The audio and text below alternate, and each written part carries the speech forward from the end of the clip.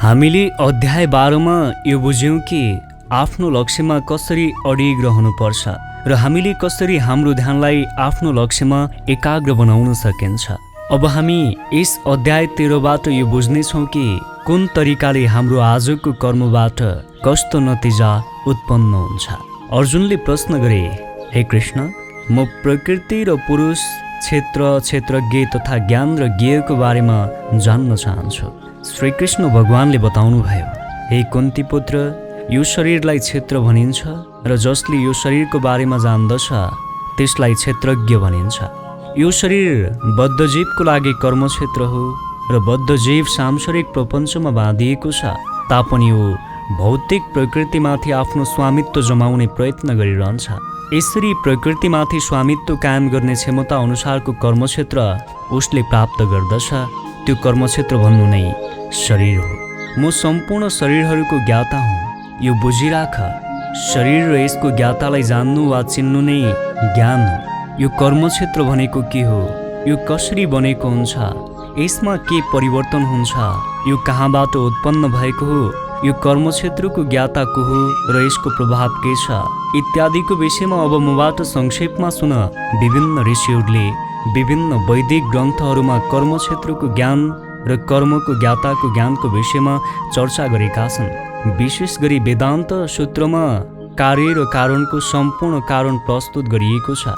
पाँचवटा इन्द्रियका विषयहरू इच्छा, द्वेष, सुख, दुःख, प्राणशक्ति र धैर्य, यी सबैलाई सारांशमा कर्मक्षेत्र तथा यसका अन्तर्क्रियाहरू मानिन्छन्। विनम्रता, अभिमान शून्यता, अहिंसा, सहनशीलता, सरलता, राम्रो योग्यतावाला गुणको शरण, पवित्रता, स्थिरता, आत्मसंयम, इन्द्रिय तृप्तिका विषयहरूको परित्याग, अहङ्कारको अभाव, जन्म मृत्यु, वृद्ध अवस्था र रोगजन्य दोषहरूको ज्ञान, अनासक्ति, सन्तान, पत्नी, घर आदि कुराहरूको जन्जालबाट पर रहने इच्छा, आत्म साक्षात्कारको महत्त्वलाई स्वीकार्नु र दार्शनिक रूपले परम सत्यको खोजी गर्नु जस्ता सम्पूर्ण कामलाई म ज्ञान मान्दछु र यसबाहेक अन्य सबै अज्ञान कुरा हुन् भनेर म घोषणा गर्दछु। अब म तिमीलाई जान्नुपर्ने विषयको बारेमा भन्दछु। जुन कुरा जानिसकेपछि तिमीले नित्य अमृत तत्त्वको स्वादन गर्नेछौ। मेरो अधीनमा रहेका अनादि ब्रह्मा वा आत्मा यो भौतिक संसारको प्रभाव र कारणभन्दा पर छन्। उहाँका हात, पाउ, आँखा, शिर, अनुहार र कान सर्वत्र फैलिएका छन्।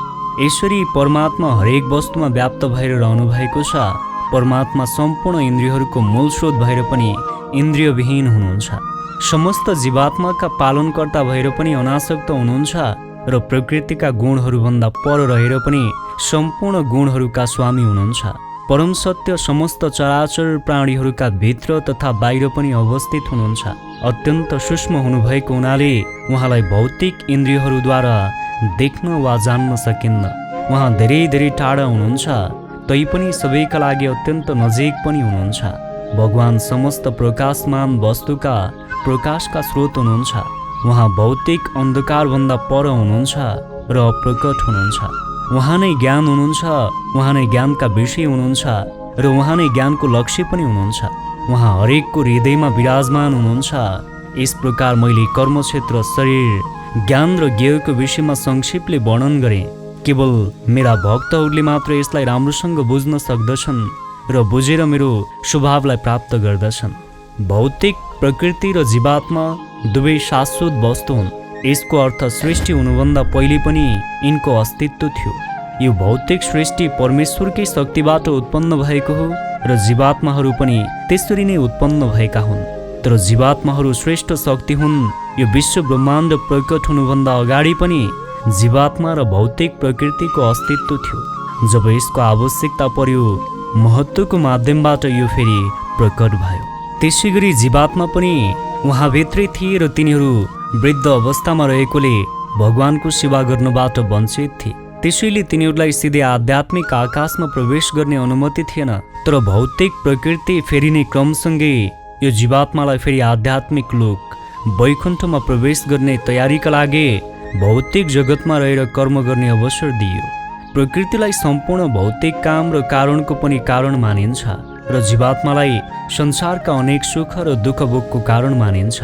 जबसम्म जीवात्मा यो झुट संसारप्रति मुग्ध भइरहन्छ तबसम्म उसले निरन्तर एउटा शरीरबाट अर्को शरीर परिवर्तन गर्न बाध्य भइरहनुपर्छ। भौतिक प्रकृतिमाथि प्रभुत्व जमाउने इच्छाले गर्दा नै उसलाई यस किसिमको मन नपर्ने परिस्थितिमा रहनु परेको हो। भौतिक इच्छाकै प्रभावमा परेर जीवात्माले कहिले देवताको रूपमा, कहिले मानिसको रूपमा, कहिले जल जन्तुको रूपमा, कहिले सन्त पुरुषको रूपमा र कहिले उडुसको रूपमा जन्म लिनुपर्छ। यो क्रम चलिरहन्छ र हरेक अवस्थामा जीवले आफूलाई परिस्थितिको स्वामी मान्दछ। यो शरीरमा एउटा अर्को पनि दिव्य भोक्ता हुनुहुन्छ। उहाँ साक्षी र अनुमति दिने परम स्वामी तथा ईश्वर हुनुहुन्छ र उहाँ परमात्मा भनेर चिनिनुहुन्छ, जसले प्रकृति, जीवात्मा र प्रकृतिका गुणहरूको अन्तर्क्रियासँग सम्बन्धित दर्शन बुझ्दछ त्यसले अवश्य मुक्ति पाउँदछ। वर्तमान स्थिति जस्तो भए पनि त्यसले पुनर्जन्म लिनु पर्दैन। कसैले ध्यानद्वारा परमात्मालाई आफै भित्र देख्दछन्, कसैले ज्ञानको नियमित अध्ययनद्वारा र अरू कसैले कुनै पनि कामना नगर्ने कर्मद्वारा पनि परमात्माको दर्शन पाउँदछन्। आध्यात्मिक ज्ञानबाट अपरिचित व्यक्तिहरूले अरूबाट सुनेर भगवानको पूजा गर्न थाल्छन्। प्रामाणिक व्यक्तिहरूबाट सुन्ने मनोवृत्ति भएका ती व्यक्तिहरूले पनि जन्म र मृत्युको पथलाई पार गर्दछन्। हे भरतर्षम, हे अर्जुन, जुन जुन वस्तु सृजित छन् ती सबै जीवात्मा र भौतिक प्रकृतिको संयोजन मात्र हुन्। रुख, पहाड, डाँडा आदि अनेकौं सृष्टि छन् जो गतिशील छैनन्। त्यसै गरी अनेकौं विचरणशील प्राणीहरूको पनि अस्तित्व छ। यी सबै भौतिक प्रकृति र परा प्रकृति वा जीवात्माको संयोगबाट उत्पन्न भएका हुन्। परा प्रकृतिको स्पर्श बिना जीवात्मा लगायत कुनै पनि वस्तु उत्पन्न हुन सक्दैन।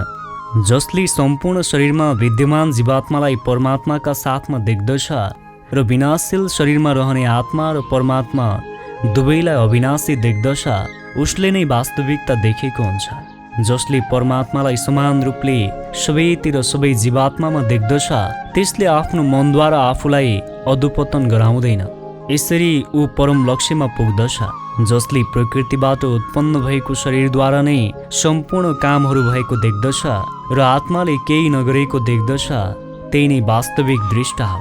जब कुनै विवेकी मानिसले विभिन्न स्वरूपलाई विभिन्न नदेखेर एउटै देख्दछ र सर्वत्र जीवात्माको विस्तार भएको देख्दछ, त्यसले ब्रह्मभाव प्राप्त गर्दछ।